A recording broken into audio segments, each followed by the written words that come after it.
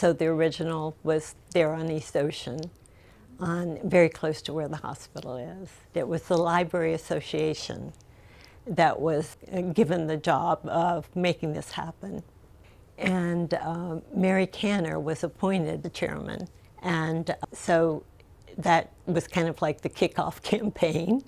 She was able to get the community behind it, and the land was acquired from the Kiplingers. It was on a main thoroughfare, and Mrs. Canner said that they offered to have a place in the Memorial Park of today, but the drainage in that park was very, very poor for years until recently when they redid it, and it would have been flooded there. And she was very grateful when the Kiplingers, who've been so generous to our community, offered to give the block that was prime real estate close to the hospital and the main traffic.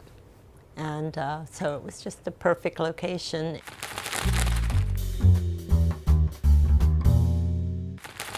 The Chautauqua South programs were really created from a group of really engaged volunteers in the library systems. There was a movement at the time between Ohio and upstate New York called the Chautauqua movement, and it was like this traveling kind of educational program. And the education focused on humanities. So they thought, oh, that is a great name that we could use here in Martin County to kind of encapsulate all of these lifelong learning programs that they were already doing.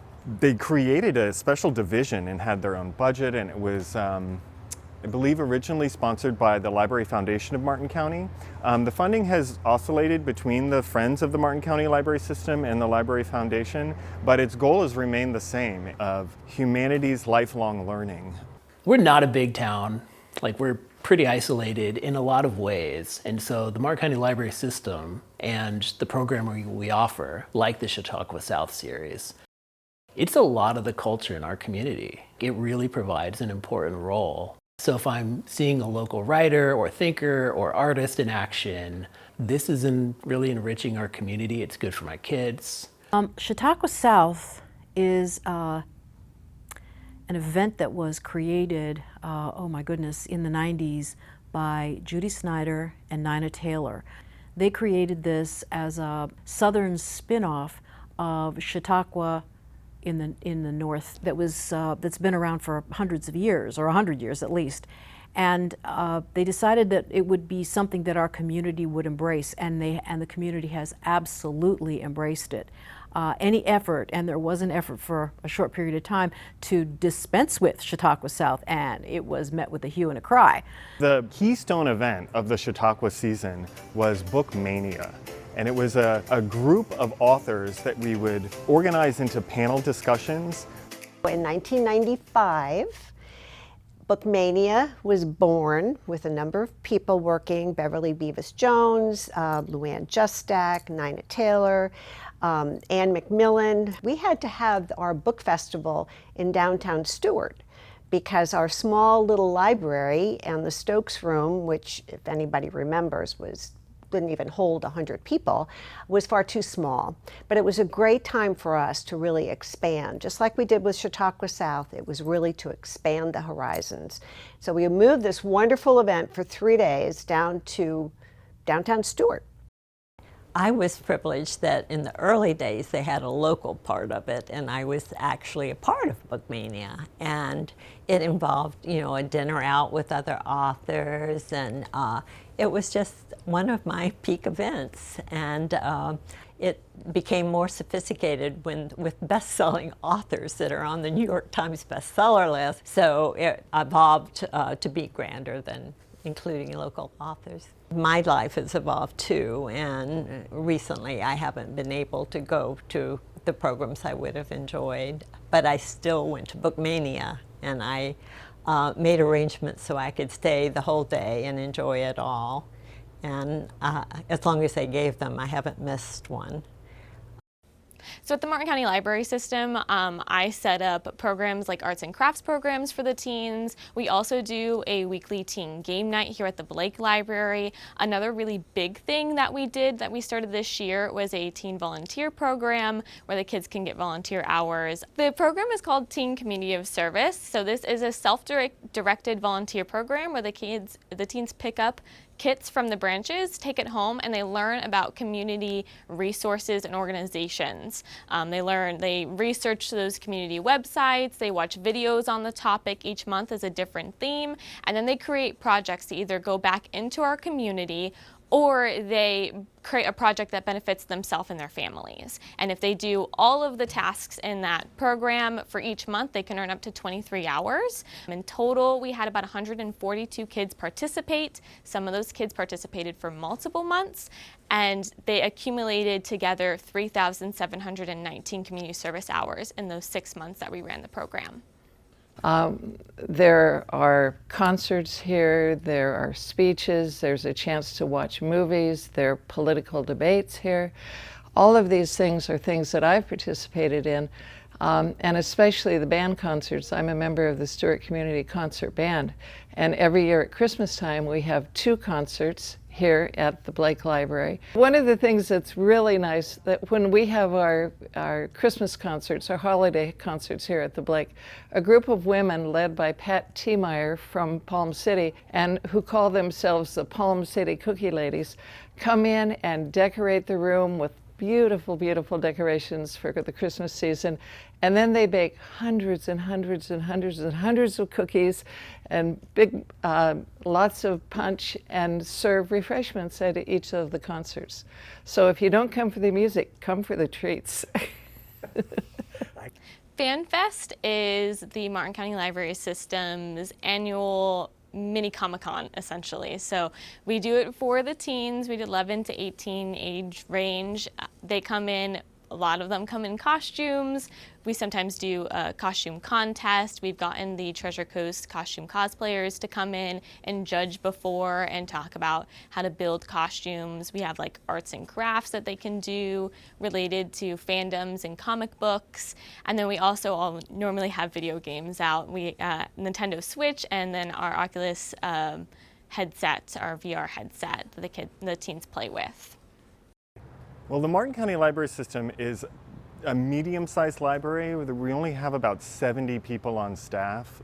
It's thanks to the 300 volunteers that we're able to do a lot of the work that we do. But having a small number of staff means we're able to test a lot of innovative projects, see if they work, and implement them quite quickly. The innovative projects we've been able to do includes our Idea Lab project. So these are collaborative spaces within each of our buildings that invite people not to just come and browse the shelves or borrow something and take home, but to stay in the building and connect with staff, connect with our volunteers, connect with the patron standing next to him or her that might have experience in whatever they're learning about. I mean, this could be as simple as crafting or playing with logos or creating a song in our music studios. It could be more complicated, like a 3-dimensional design using our printer with a retired engineer from Pratt & Whitney. All these people live in our community and they're eager to share their knowledge. So creating a space inside the library for them to interact was the first step. And now we're finding that our volunteers and our patrons are eager for that. Well, the teens are often coming into the library to study is one of our really big things. Most of our branches have really lovely quiet spaces for them to study. We have study rooms, conference rooms for them to do study group kind of activities. And we also have, of course, books for them, nonfiction, fiction, and then a real big thing that they're beginning to really use and understand are our databases. So we have databases for each elementary, middle, and high school. And so they use those databases for their research to get credible sources.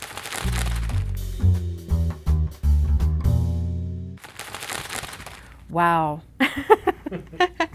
The Martin County Library System, when my husband and I first moved to Florida in 1998, the first thing we did after I think we did this even before we got our new driver's licenses, was we came to the library and got library cards. I mean, we didn't even think that there was anything unusual or strange. It's just like that's what you do. You go get a library card and you find out where the library is and you discover all the material that's available to you, because what I love particularly about the library system is if I have a question, somebody is always available to answer my question. It's amazing, and I learn something every day when I'm in the library, whether it's from a patron or from one of the staff, something all the time. Yeah, I really encourage folks to get a library card because it opens a lot of doors to not only, entertainment through reading, movies, and music, but you can also check out passes to local museums. You can download books online, and you can get involved with library activities. Plus, you can check out technology. This is an amazing thing that you can check out VCR players, laptop computers, all kinds of technology devices, virtual reality, maybe to give them a test drive or work on a one-time project, but it's really an amazing addition to the power of the library card. So the audiobooks, and at first they had them on disc, and I would check out the disc and I'd put it in a player. But then in recent years, they have an app that you can listen to books that are audiobooks. And I have to say, I've gotten a better education in the last 3 years than the rest of my life, because I listen to one nonfiction book after another. Often the authors are reading them, and I feel like they're my friends and I know them personally. But I do remember, and this is funny, it's not really technology, but to me, I remember when my daughter was very, very young, maybe 18 months old, I remember how exciting it was that you could get a little children's book in a bag with a matching cassette tape that you could play in your car while they looked at the book, and it made road trips so much easier because my kid would be in the back completely entertained, and I just thought it was the most wonderful thing in the world, and I could get a whole big tote bag full of these things for free at the library.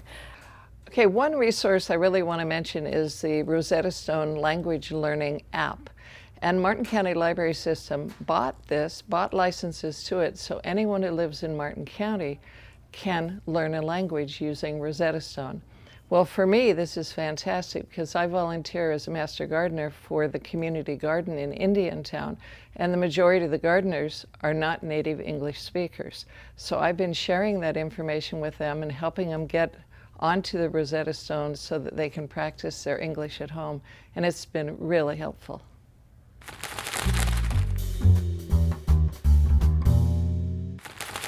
I'm continually amazed at the innovation that the library system puts into place. I love downloading audiobooks. I love virtual talks with authors. Those are the sorts of things that I really have come to value above and beyond the book collection or the movie collection at the library system.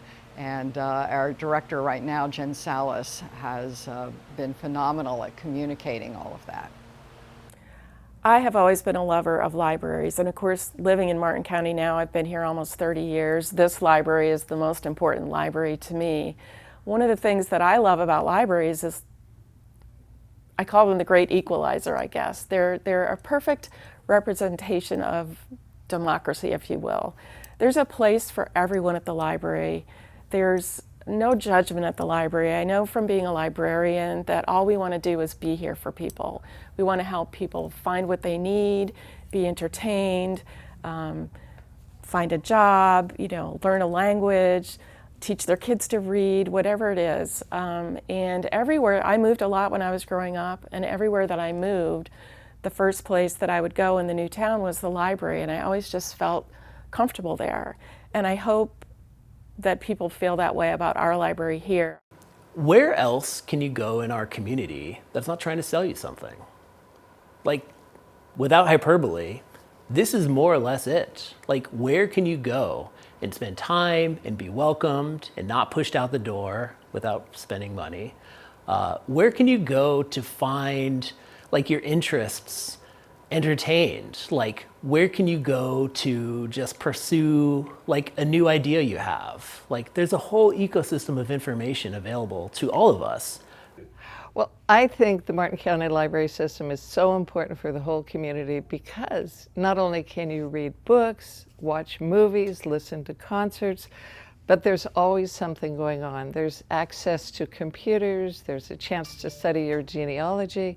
It just is a wonderful place, and there are so many different branches that wherever you are in Martin County, the library is close to you.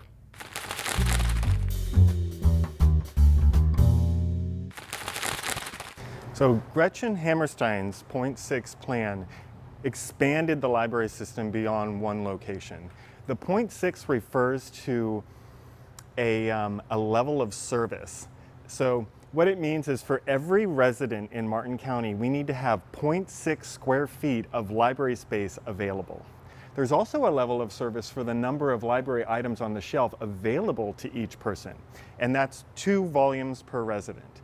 We've shifted that calculation so that we're not just including people who live here, it's also people who vacation here, so it's a weighted population. And right now, thanks to that original .6 plan, we're still able to meet the level of service for 179,000 residents with 0.6 square feet per resident. And again, Gretchen was just what this library system needed just when the library system needed her, because she was a great visionary. The library was talking very much about expanding our services, expanding our branches back in that time period. So I spend about half my time thinking about the future of this library system. And I remember about my first interactions with it. I grew up in Indiantown, and there was a bookmobile parked in a field. That's where I checked out my first book. When I went to school, it was the old library on East Ocean Boulevard, and I would swing in the banyan tree afterward, waiting for my parents to pick me up. So I feel connected to this library system, and I love watching how our community is evolving and changing. We have a lot of families that come here and want to stay here. It's no longer a community of retirees coming in. People move here, people grow up here like I did, and then we stay here. So we're seeing a lot more of that aging in place. And what that means is that our library system, which for the most part was designed and constructed in the early 90s, when libraries were quiet spaces or quiet spaces plus lecture hall, are now those collaborative areas for the whole family. So we need a space where kids can be kids and teens can be teens, and we do have a quiet space so that those seeking that more quiet, contemplative area of the library can have it while the kids are singing and dancing in story time.